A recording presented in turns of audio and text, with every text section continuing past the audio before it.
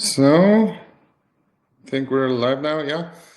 Welcome to Q3 Inside FOM, where we will look back together with Mikael here on what has happened with FOM for the past 3 months.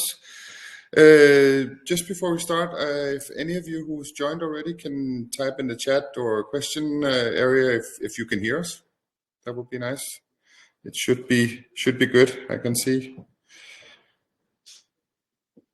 Yes. So now that is done, if you have questions during the event, just type it down in the questions tab or the chat, and we'll pick them up and take them as we go along. Also, we have Stock.io joined us on this event, so we're streaming on 2 channels at the moment. So questions from the other one is also welcome, and they will be forwarded to us. On the second note, it is actually FOM's birthday, 11th birthday today. So we've celebrated a little bit here. And with that, no alcohol, no cake, but yeah. But with that, I'll hand it over to Michael and share the presentation for today. Yeah, and good evening, everyone, and thanks for watching. So the first theme we have is according to the newsletter we send out. We have about 8 themes. So we have a lot of bullets to go through, and we also have received the questions prior to tonight. So we'll try to see if we can take a few of the questions along the slides, and then the remaining questions we'll do in the very end. And of course, also follow up if some of you would have questions throughout the session here. Starting with our H1 half-year first report, the highlights as we have listed is that we are a growing company. We have increased our revenue. The staff cost has increased also not at the same rate, so that is very good. We have an EBITDA that is in the range of what we saw in the year before. And also the net cash flow looks fairly unchanged. Finally, we have increased the numbers of staff. We are getting very close these days to around 100% increase for the last 9 to 10 months. But at the time when we did the report around summertime, and also by the end of September, we are up around 90%, and we have a few people that has been starting on the first.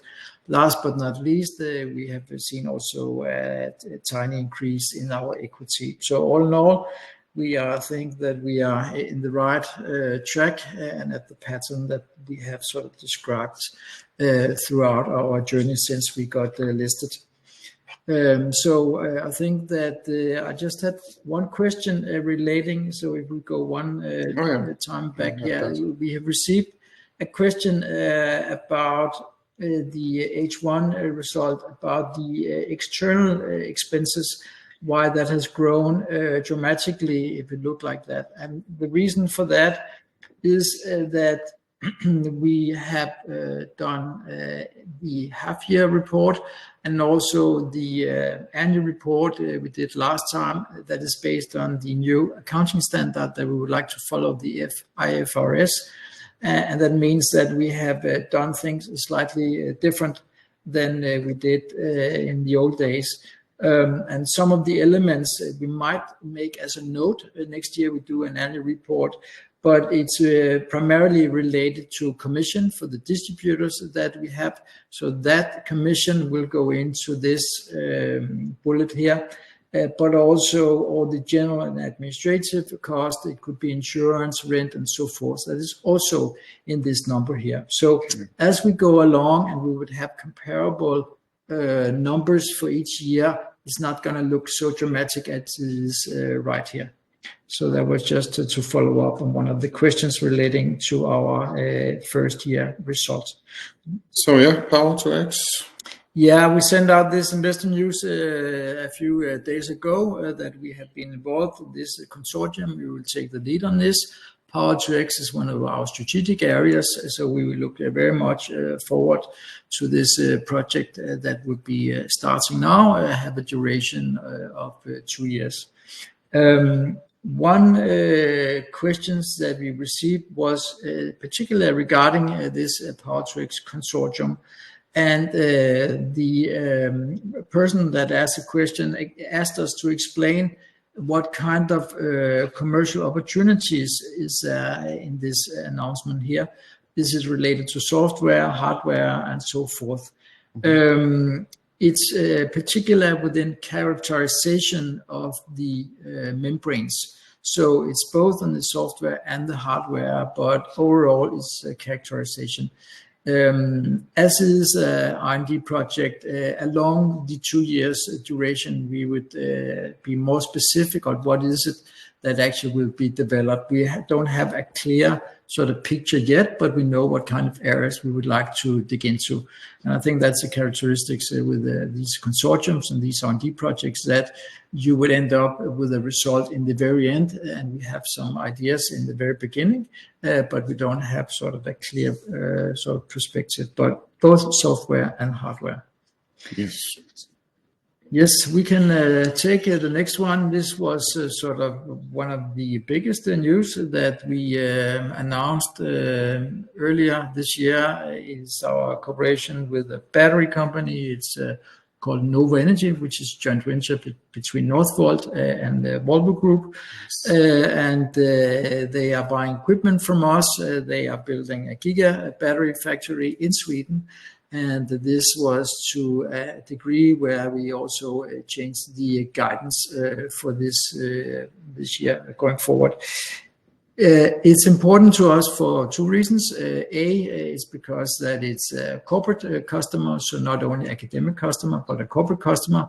And last but not least, this is related to scaling up and will end up in science that hopefully can be used in production. So that's also a very, very important element for us. So we're looking forward to the project, looking forward to build even further ties, stronger ties with the customer.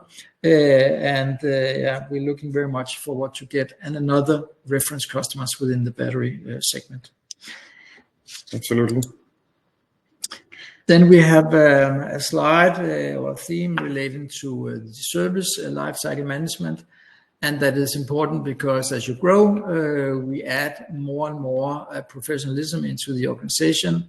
One thing that is very relevant for corporates is that we can also provide excellent service afterwards. If there's problems, but also to secure calibration, service, after sales, and so forth. So we're building a new department. We have hired one to head the department. He had his first working day on the first, and we are looking forward to have that department to be as a very essential element of our company going forward. We are starting to see business from Australia. This is very interesting because it's a geographic region that we believe that there's a much more potential. We have sold a machine to another corporation that is also within this energy harvesting area here. So Australia is on our map, and it's very, very interesting for us to see. We have a distributor out there, and it is with distributors that when you get starting to sell equipment, you get to know the equipment even better, the training and so forth. So this is an area that we would like to look very much into. Before Michael Speed talks through this whole thing, we normally get a lot of questions during the presentation. By all means, ask away. I'm looking at the chat and questions all the time, and we'll stop Michael from going through so we can answer the question. So by all means, and ask away either during or at the end. Yes? Yes. Next one. We can take the next slide here. Yeah, this is also Australia. This was an academic customer that we used to have in the very beginning. So it's just a clear result that we both is interacting with academic customers, but also corporate customers in this region of the world. So I think that's very positive for us. Absolutely. And conferences? Yeah, a big part of what we do is to brand FOM technologies, to travel out, participate in fairs, in exhibitions, do presentations, and so forth. We have participated in 6 so far this year. This is one of them we have mentioned, so we don't sort of make a post every time, but fairs, exhibitions, presentations around the world is a long-term investment for us. We get to brand the company, we have speakers and so forth, and interact with potential customers. It might not lead to a sale in the very short run, so the salespeople come home and then say like, okay, by the way, I have this order, but it will materialize, and often people will need to meet the company, they will meet them again in different fairs, and then when they have the interest, they will reach out to the company. So for us, this is a super important investment in the very long run. And last but not least, regarding conferences, as you see on the image, bringing our machines to showing what we actually offer in a physical sense have really proven to be valuable for gathering leads and ultimately sales. Yeah. We have a question from Stock.io. Will there be revenue coming from the new service focus SLM, like a yearly service contract, or is part of the price the customer pays when they buy an equipment? Yeah. When we decided to establish this service department, it's very clear that in the long run it has to be a profit center. It's not a cost center, it's a profit center. So we would need to have people that can do after sales.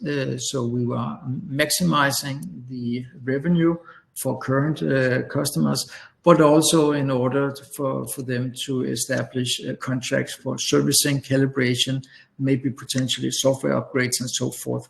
So it will be a profit sort of center, but as we all know, it's not going to come from overnight. It will take time, and then we are certainly hoping to have an increase numbers of revenue over time to come from this. And hopefully also with really decent margins, because as we all know, everybody is chasing new customers, but look at customers that you already have, and selling to existing customers is often more profitable, and we have already loyal customers. So definitely a profit incentive there. Absolutely. If that answered that, then we'll continue from. I just have a remark. For those of you who do not know what PV stands for, it's PV is sort of the abbreviation for photovoltaic.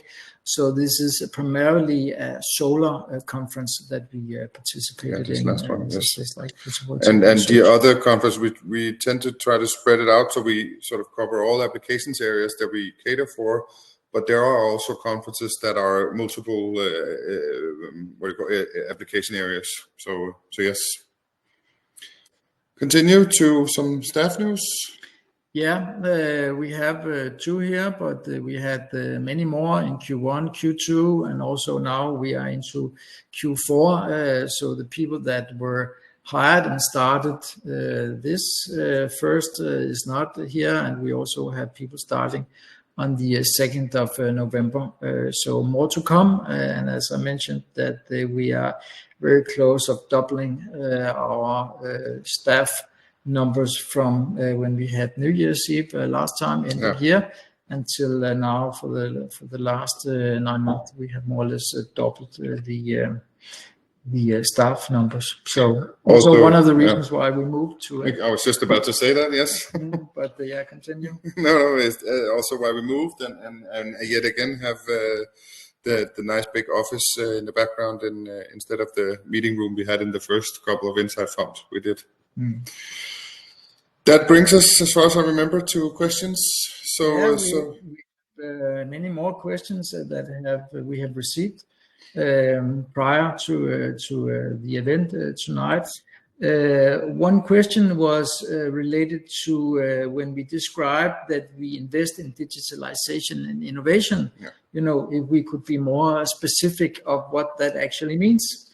And I think that's a really good question. So I've tried to sum up here. So when we say digitalization, it's often systems, but also processes.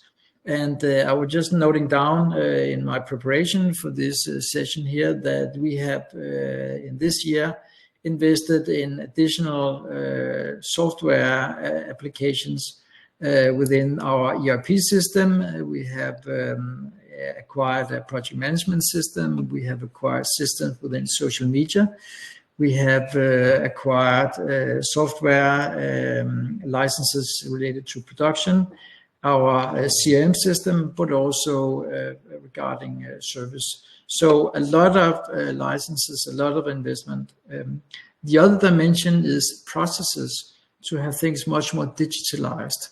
And we are investing heavily in getting away from paper to digitalizing, so you can send things around to all your counterparts around the world, so they have to fill out forms digitally, sign it, and then get things back to us. It is an investment, but it makes things much more professional and easier in the long run. So that is sort of one of the elements. The other one is innovation, and when I think innovation and when I write about innovation, it goes very much in relation to equipment, to machines, to solutions. And we have yet another year where we have developed and is about to develop a lot of new products and new solutions within drawing capabilities, about increased and improved slot die heads, machines, and so forth. So we just think that innovation and product development is an ongoing task. It's not something that will finish. It's ongoing no matter what kind of business that you run. You have to continuously be ahead of the curve and adapting to the market. So that is what we mean by these things here. Anything else on that? Else, there's a question. Yeah, I just would like to take one more before we take the question here. The question that we got was related to participant asking about the launch of green methanol, and the example was Maersk that has announced that they are heavily investing in green methanol, which they believe is the future. And the question goes to whether we think that that is also an area that we would like to increase our presence within and look into that. The answer to that is no. At present, this is not on our agenda. We are not looking to develop processes related to green methanol. So for the time being, this is not a focus area for us. Whether it will be in the future, nobody knows, but at present, the answer is no to that, unfortunately. Yes, let's take the question from here. What are the expectations for the financial year of 2024 at FOM?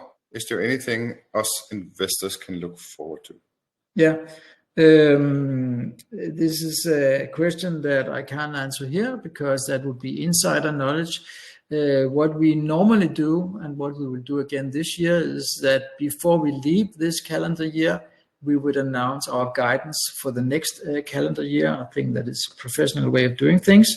Before I can publish that and announce that, I have to have approval from the board. So what normally is happening is that in Q4, I will make a proposal together with my team here.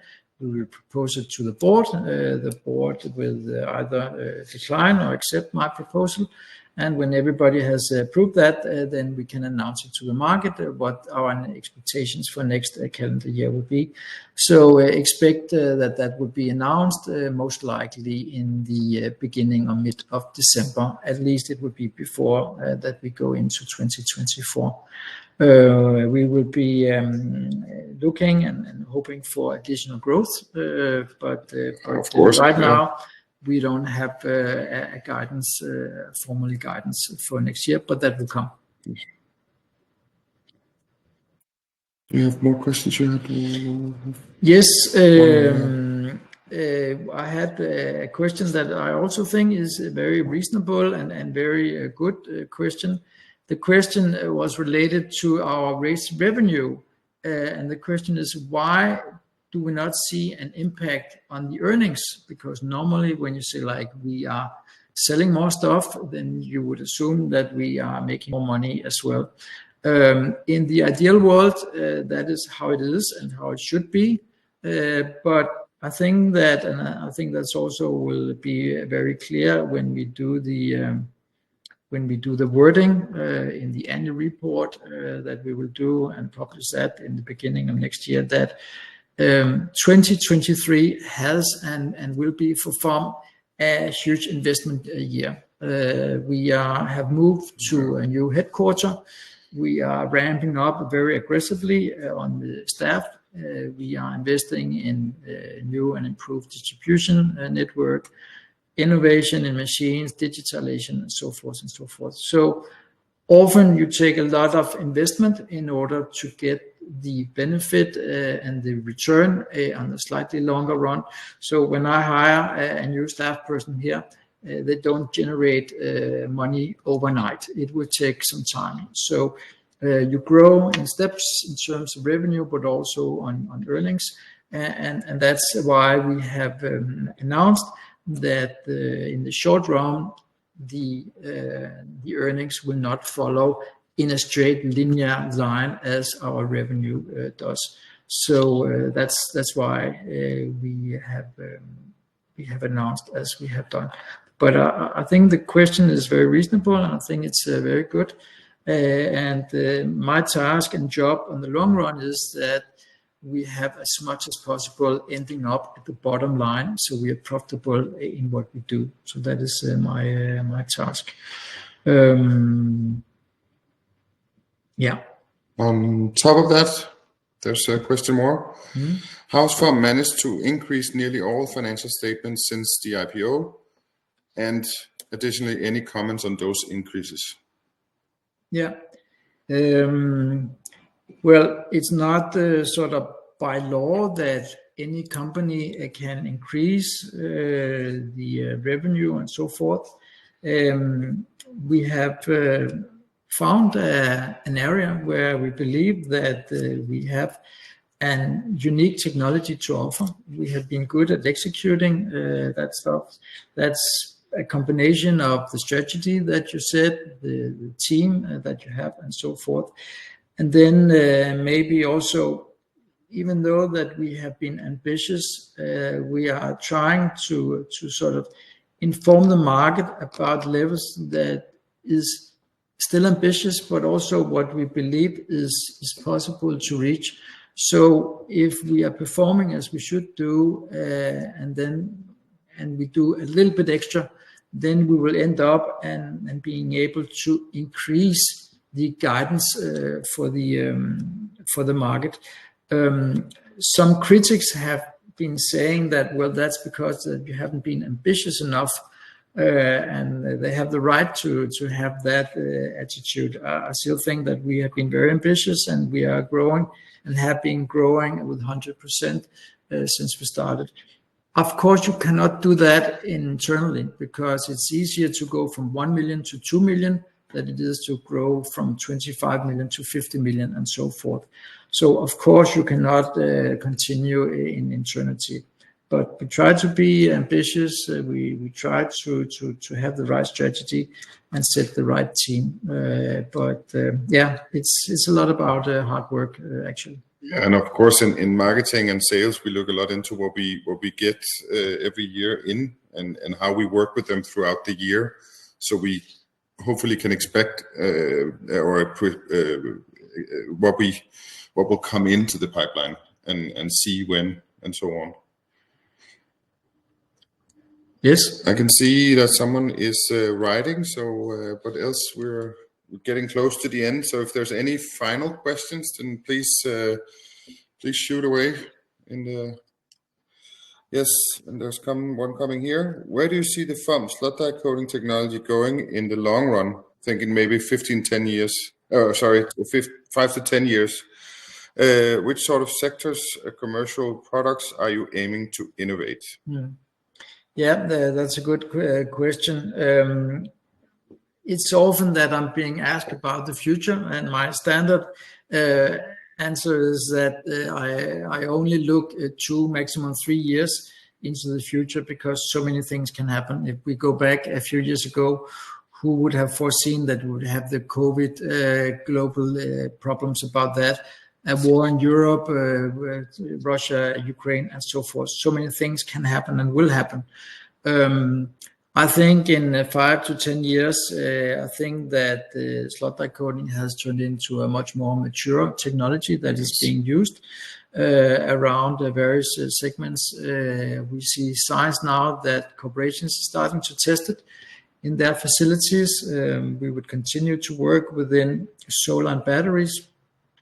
We have a few new areas that is no secret that we are testing and trying out. We have one area that is medtech.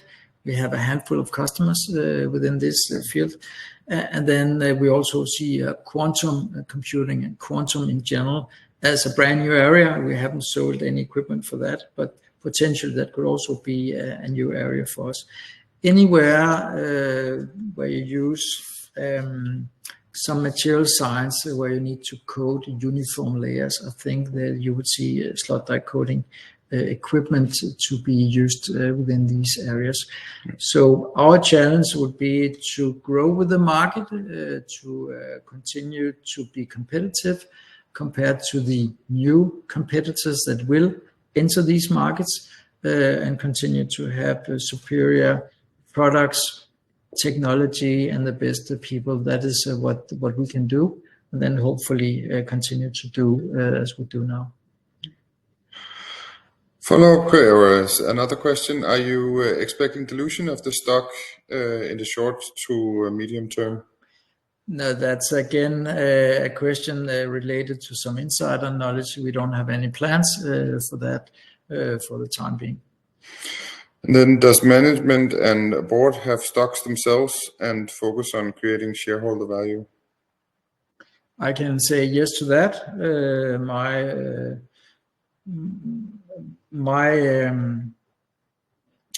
My funds are 100% invested in FOM shares, and so is my partners. So I can only say yes to that.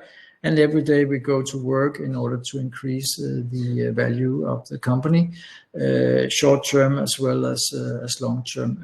Same goes for the chairman and so forth. So everybody is heavily exposed and heavily invested in the company. So I think in Danish you say that you have your hand on the table here. So very much so. And then one last question, I think here. Are you expecting to increase the revenue in the same degree, as seen when you raised capital before a correlation to the main market transfer? Yeah, as I said, that we would do everything we can to continue to grow the company, but it's getting increasingly difficult to double your revenue. As I said, like going from 1 million to 2 million and 2 million to 5 and so forth. So we can only do what we think is the right approach, invest, building a team and so forth. So yeah, that's just what we have to continue.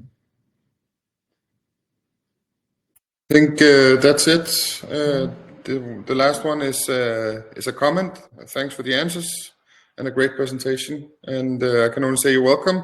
And we'll do it again in 3 months. And as long as people keep joining these events, we'll keep having them. And we see an increase in interest also in these events. So for us, we're just happy to stay late at work once in a while to entertain those who want to listen. Yeah, and my final remarks is that never hesitate. If you have a question, you can write directly to me or to our IR, Investor Relations at FOM Technologies, and then we would try to reply as soon as we can. We would like to send out these quarterly updates very, very few days after the quarter is closed, and then hold these presentations like days or hours after that, so we don't wait long time for that. So already now we are starting to prepare and work for Q4, so that's how we work. And if you aren't already and can't wait for the next Inside FOM, then of course our social channels, we push out bigger news on a regular basis. So please follow along there as well. Yes. Take care there, and hope to see you all again in the beginning of January. Yes. Have a nice evening. Goodbye.